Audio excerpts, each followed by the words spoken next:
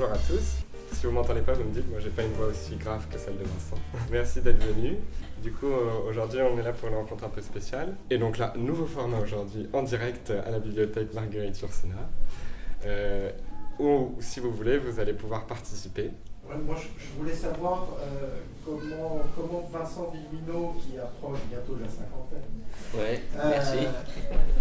Tu écris pour la jeunesse, comment tu fais pour coller à la réalité de tes lecteurs, sachant qu'en plus les choses se sont vachement accélérées en termes de bouleversement, enfin, tu as parlé des réseaux sociaux, etc. Alors, déjà, soyons clairs, pour moi, écrire un roman pour les adolescents, c'est pas leur faire croire que je suis adolescent. C'est Gaël Aymon qui disait une fois que pour être un bon auteur jeunesse, il faut plus être jeune soi-même, et je pense qu'il a raison. On s'adresse à nos lecteurs d'un autre endroit que celui où ils sont, et dans tout le travail sur la langue, je vais pas du tout chercher une langue adolescente. Je cherche plutôt une langue classique. Deuxième élément, je vis avec des jeunes gens. J'ai mes enfants, pour certains à la maison, pour d'autres pas à la maison, mais qui sont mes premiers lecteurs.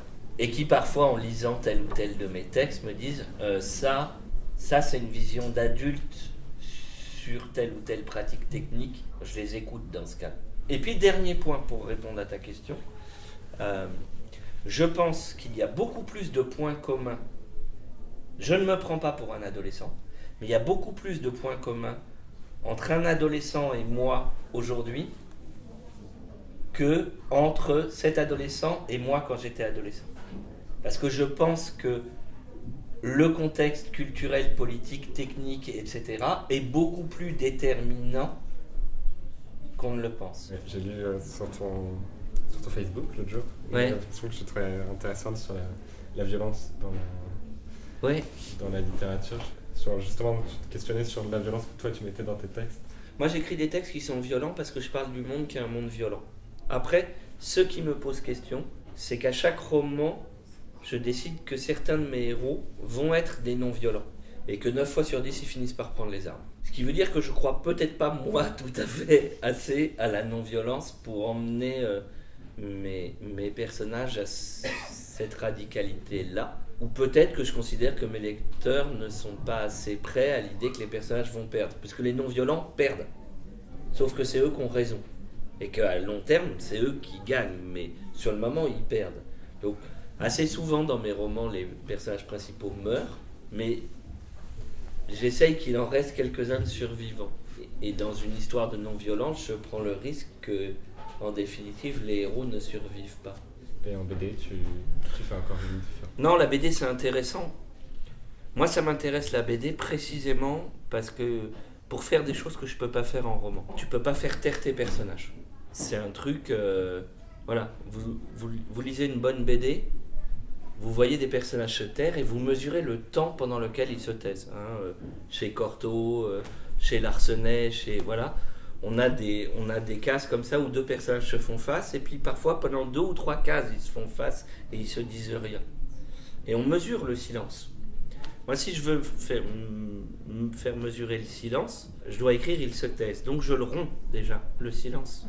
Voilà. Donc j'ai des impuissances comme romancier par rapport à certains trucs. Et tu vas nous parler de ton prochain, celui que t'appelais le monstre.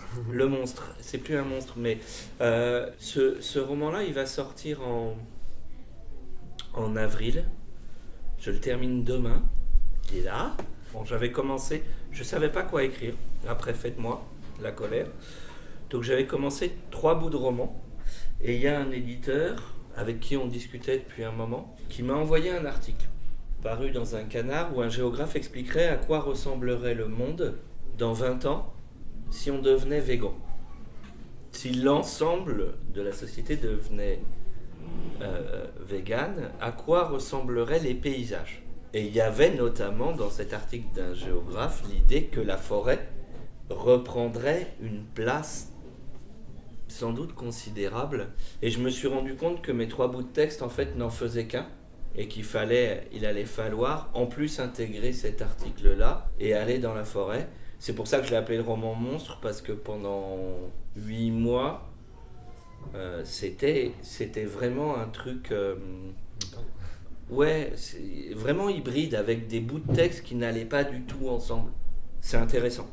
C'est plus un monstre, mais du coup ça devient un roman et c'est intéressant. Ouais. Ça va être un texte pour moi important, je pense, oui. Vous dites que demain vous finissez votre livre. Ouais. Qu'est-ce que c'est finir un livre? Qu'est-ce qui vous dit qu'un livre est fini? C'est le moment où tu y arrives plus tout seul et tu as besoin de ton éditeur. Pour de vrai, il n'est pas fini, je vais travailler encore pendant 1 mois ou 2 avec lui. Mais il y a un moment, tu sais que tout seul, tout ce que tu vas transformer, il y a encore des dizaines de phrases que je peux transformer. Mais tout ce que j'enlèverais d'un côté, je rajouterais des imperfections de l'autre. Il y a un moment, tu as besoin de l'œil de quelqu'un d'autre. Je vais juste faire passer la boîte. Dedans, il y a du papier et des crayons. Vous pouvez écrire un mot. Un seul mot. Un seul mot.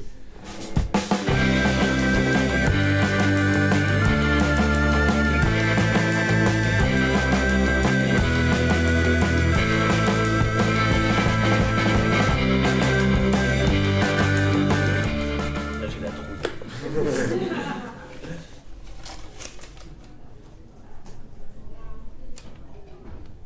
Du coup, t'as le droit de choisir, t'en as deux. J'en ai 2. Musique ou voyage? C'est la première fois qu'un voyage que je fais me donne des envies de roman. Voilà, j'ai voyagé en Italie l'été dernier. Peut-être parce que j'ai voyagé avec mes enfants. Un voyage, parfois c'est nécessaire pour aller vérifier ce que tu écris. Quand j'ai écrit U4, je suis allé à Lyon. J'ai passé du temps pour que ça sonne juste. Mais là, pour la première fois, c'est un voyage lui-même qui m'a donné envie d'écrire un roman. Donc il y a un petit roman qui va sortir en septembre prochain, dont je n'ai pas le droit de donner le titre non plus parce qu'il n'est pas définitif du tout, qui est un voyage, qui sera un voyage un peu inattendu, puisque c'est un voyage pour un dernier voyage, c'est l'histoire d'un enterrement. Voilà. Et d'un voyage qui se déroule autour d'un enterrement, mais qui va se dérouler dans des paysages que j'ai vus avec mes gamins, avec ma femme, et ce sera les mêmes paysages. Voilà.